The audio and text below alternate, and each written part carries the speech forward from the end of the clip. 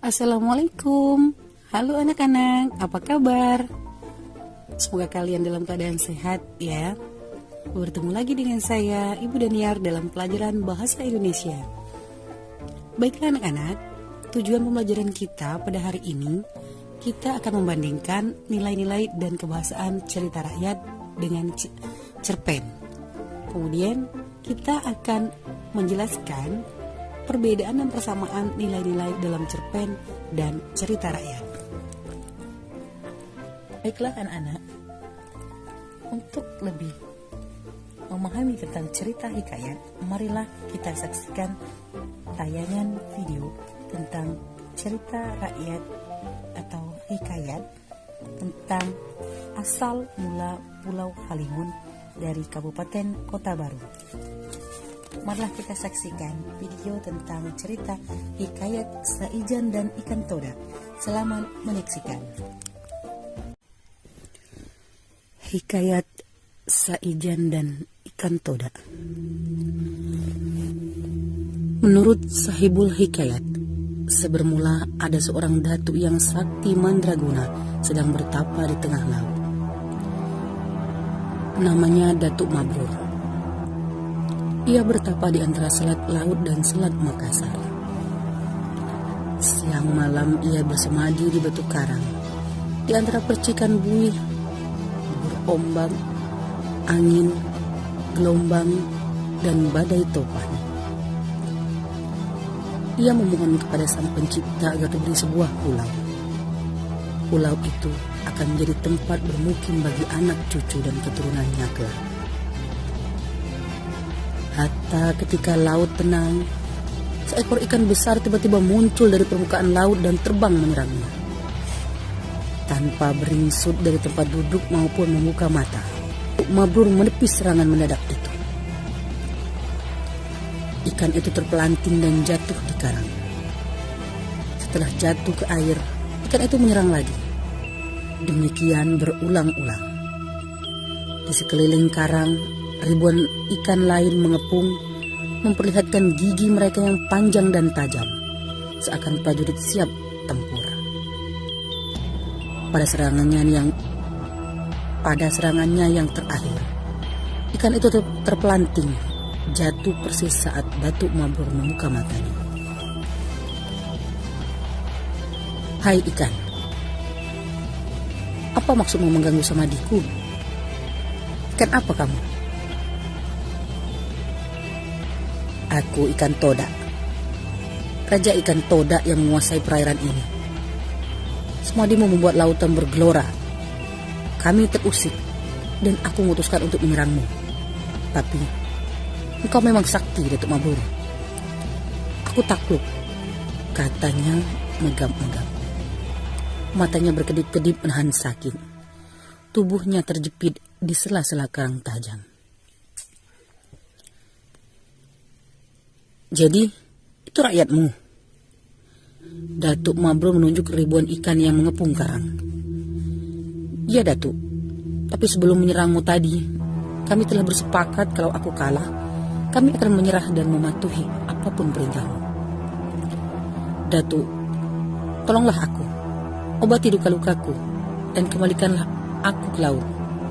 Kalau terlalu lama di darat, aku bisa mati. Atas nama rakyatku, aku berjanji akan mengabdi padamu bila engkau menolongku.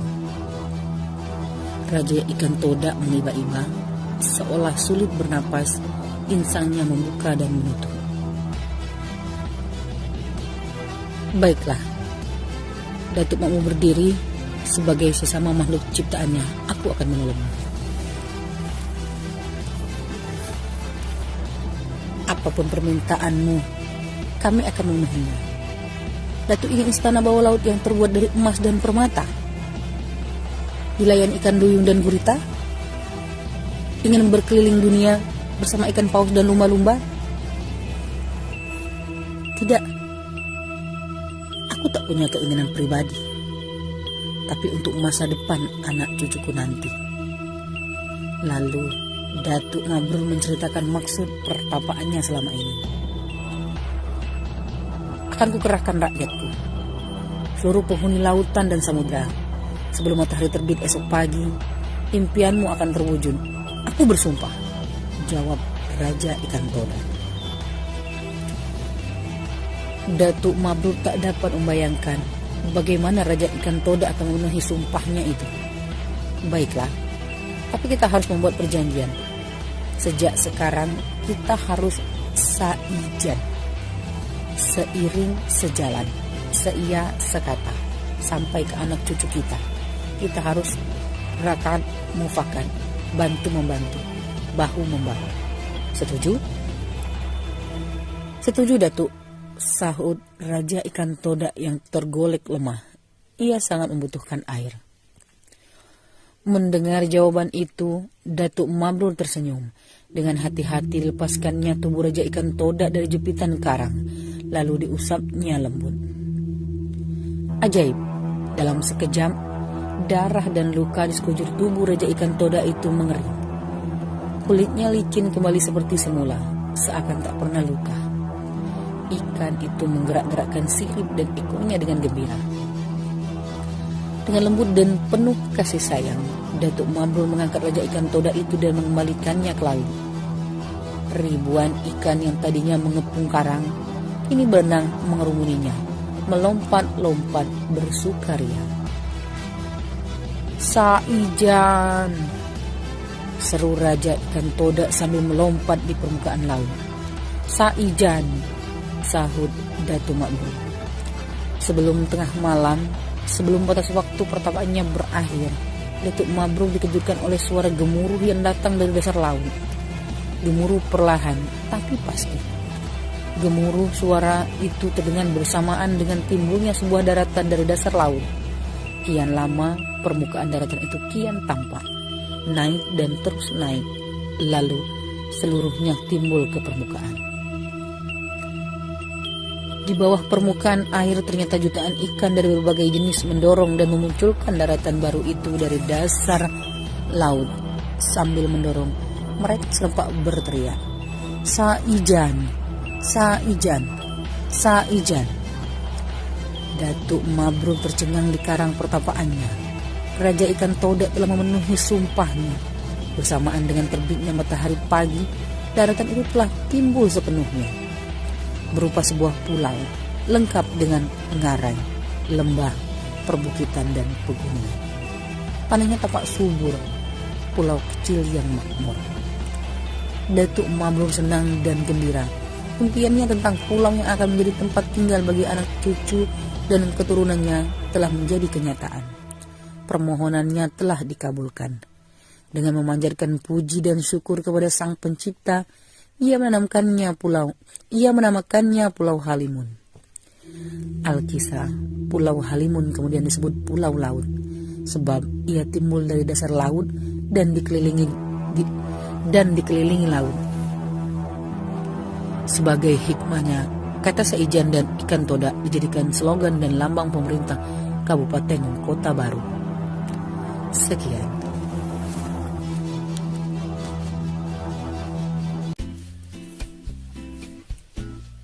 Baiklah anak-anak, setelah kita melihat tayangan video tentang hikayat Saijan dan Ikan Toda, dapat kita simpulkan nilai-nilai yang terkandung dalam hikayat tersebut.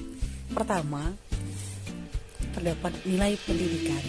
Pada konsep nilai, terdapat tetap berjuang dalam mencapai tujuan. Kemudian dalam kutipan teks digambarkan Datuk Mabrur tetap bertapa begitu lama walaupun siang dan malam, serta walaupun ia diserang oleh Ikan Toda. Selanjutnya, nilai religius. Pada konsep nilai bisa kita lihat Datuk Mabrur selalu berdoa dan bersyukur kepada Tuhan. Pada kutipan teks, ia memohon kepada Sang Pencipta agar diberi sebuah pulau. Dengan memanjatkan puji dan syukur kepada Sang Pencipta, ia menamakannya Pulau Halimun. Selanjutnya, terdapat nilai moral. Pada konsep nilai, bisa kita lihat di sini memikirkan masa depan keluarga dan keturunan. Pada kutipan teks, tidak, aku tak punya keinginan pribadi, tapi untuk masa depan anak cucuku nanti. Lalu Datuk Mabrur menceritakan maksud pertapaannya selama ini. Kemudian yang terakhir, di sana terdapat nilai sosial. Pada konsep nilai, bekerja sama dalam mencapai sebuah tujuan. Nah, pada kutipan yang terdapat pada teks itu ada kita harus rakat mufakat, bantu membantu, bahu membantu. Setuju? Nah, anak-anak, itulah nilai-nilai yang terkandung dalam cerita hikayat yang berjudul Saijan dan Ikan Toda.